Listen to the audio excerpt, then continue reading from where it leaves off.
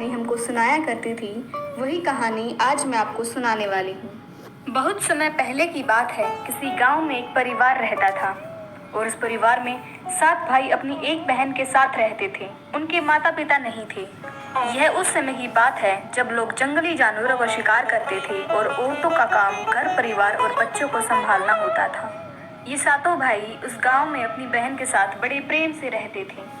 सातों भाई जंगल में जाकर जंगली जानवरों का शिकार करते थे और शिकार करके जब घर लाते थे तो बहन उन जानवरों को काटकर उनके मांस को पकाती थी और सभी मिलकर बड़े प्रेम से भोजन किया करते थे। ऐसे ही दिन गुजर रहे थे। एक दिन सातों भाई जंगल में शिकार करने के लिए निकले थे।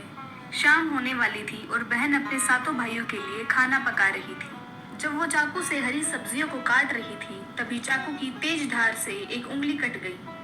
कटी हुई उंगली से खून बहने लगा। अब बहन सोचने लगी कि यदि उनके भाइयों ने उसकी कटी हुई उंगली देखी तो काफी दुखी हो जाएंगे।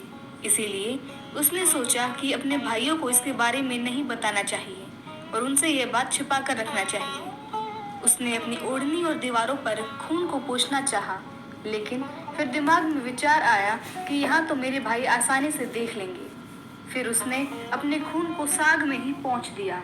जब शाम को सातों भाई शिकार करके आए तो बहन ने भाइयों के लिए भोजन परोसा। आज सातों भाइयों को साग बहुत स्वादिष्ट लगा और सभी अपनी उंगलियां चाटते रह गए। अपनी बहन की पाक कला का बखान करने लगे। अपनी तारीफ सुनकर बहन भी बहुत खुश हुई। अगले दिन सभी भाई सुबह खा पीकर जंगल में शिकार के लिए निकल पड़े। वो शिकार तलाशते तलाशते थक गए थे और एक पेड़ की छांव में बैठ गए और बातों ही बातों में सातों भाई रात के भोजन के बारे में बात करने लगे। रात में बहन ने जो साग बनाया था उसकी चर्चा करने लगे। सभी कहने लगे कि इतना स्वादिष्ट साग उन्होंने कभी नहीं खाया। सातों भाइयों ने विचार किया कि आज इसके बारे में अपनी बहन से जरूर पूछेंगे और जानकर रहेंगे कि साग में उसने ऐसा क्या मिलाया था जो साग इतना स्वादिष्ट बन गया। जब सभी भाई घर आए तो अपनी बहन के खाने की तारीफ करने लगे। बहन बड़ी खुश हुई। तब सातों भाइयों में सबसे बड़े भाई ने अपनी बहन से पूछा कि कल तुमने साग में ऐसा क्या क्या मिला दिया था कि साग इतना स्वादिष्ट बना। बहन ने बहाना बना दिया जिससे उसको सच्चाई न पता चल सके। तब बड़े भाई ने बहन को अपनी सौगंध देते हुए कहा कि बहन मुझे सच सच बताओ। तब बहन ने सब कुछ सच सच बता दिया और कहने लगी कि साग में मैंने अपना थोड़ा सा खून मिला दिया था क्योंकि चाकू से मेरी उंगली कट गई थी। उसके बाद सभी सातों भाई भोजन करके सोने के लिए चले गए।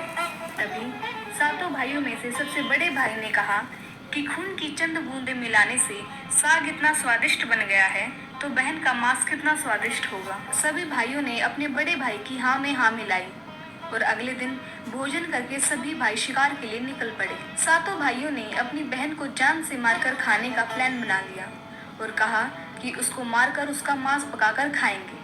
लेकिन यह बात सातों में से सबसे छोटे भाई को पसंद न आई। वह अपनी बहन को बचाने के लिए बहुत बेचैन था। वह इसका खुलकर विरोध नहीं कर सकता था क्योंकि 6 भाई एक तरफ थे और वो अकेला था।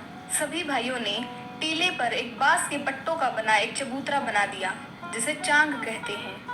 उनकी योजना यह थी कि बहन को बहला फुसलाकर यहाँ पर लाएंगे और तीर मारकर अपनी बहन की हत्या कर देंगे और उसका स्वादिष्ट मांस खाएंगे।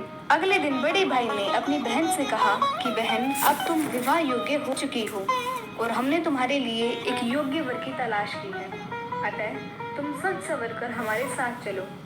बहन अपनी भाई की बात सुनकर बड़ी खुश हुई और तैयार हो गई।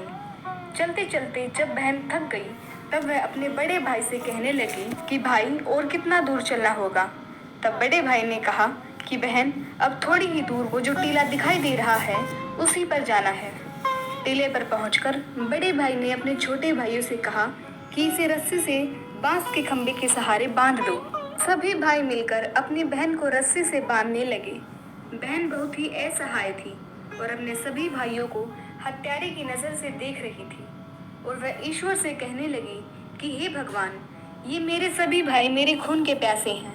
ऐसा कोई भी भाई नहीं है जिसके दिल में मेरे प्रति सराहना हो। ये सुनकर सबसे छोटे भाई का मन द्रवित हो गया, लेकिन वो बेचारा अकेले कर भी क्या सकता था।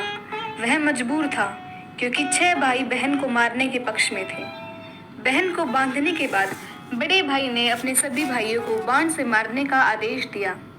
जब बड़ा भाई सबसे पहले धनुष से बाण मारने के लिए चला तो बहन अपने बड़े भाई के सामने हाथ जोड़कर करुण स्वर में कहने लगी कि मारो मारो भैया। बड़े भाई ने कठोरता से बाण चलाया, लेकिन उसका तीर सही निशाने पर नहीं लगा। अब दूसरे भाई की बारी थी। उसने भी बहन को मारने के लिए धनुष बाण उठाया। उसके भी सामने बहन हाथ जोड़कर वही करुण स्वर गाने लगी। दूसरे भाई का निशाना भी विफल हो गया। इसी तरह 6 भाइयों ने अपनी बहन को तीर से मारने की कोशिश की, लेकिन सभी विफल रहे। अब 7वें भाई का नंबर आया और सभी भाई कहने लगे कि भाई तू पूरी ताकत से तीर चलाना और बहन को एक ही तीर में ढेर कर देना। यदि तुम्हारा निशाना चूक गया तो तुम जिंदा नहीं बचोगे। हम सब मिलकर तुम्हें मार देंगे। बहन ने अपने छोटे भाई की जान खतरे में देखी तो अपने भाई की जान बचाने का उसने निश्चय किया और वह ईश्वर से प्रार्थना करने लगी कि हे ईश्वर, मेरे भाई का तीर सफल हो जाए। और वह फिर करुण गीत गाने लगी कि मारो भैया मारो। छोटे भाई ने तीर चलाया और उसका तीर बहन के मर्म पर जा लगा। वह दर्द से तड़प कर कुछ ही देर झटपटाने के बाद शरीर से प्राण निकल गए। बहन के मरने के बाद सभी 6 भाई बहुत खुश हुए, लेकिन 7वां भाई बिल्कुल भी खुश नहीं था।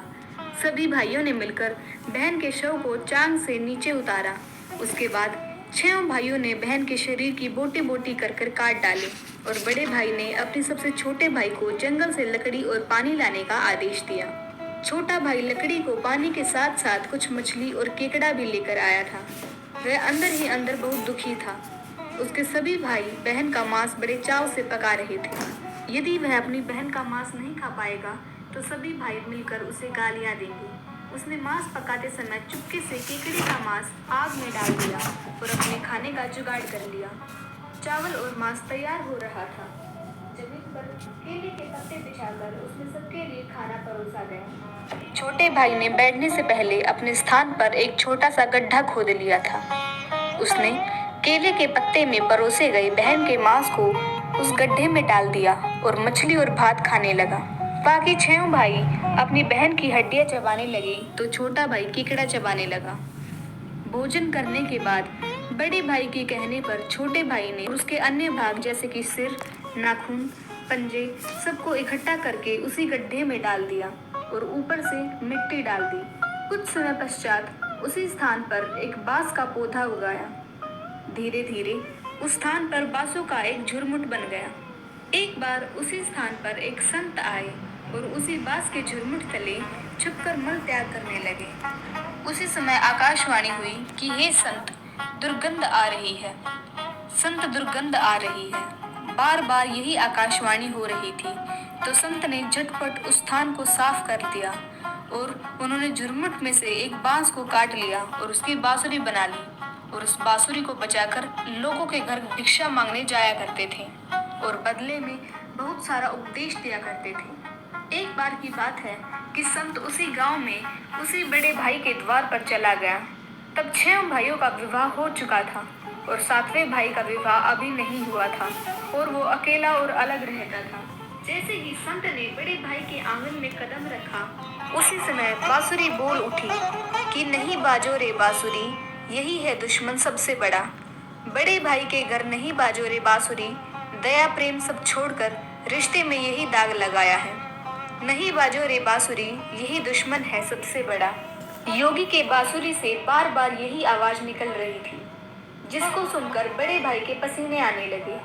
उसने अपनी पत्नी से योगी को तुरंत भिक्षा देकर विदा करने को कहा। ऐसे करके संत सभी 6 भाइयों के पास गए और सभी के सामने यह बांसुरी वही गीत गाने लगती।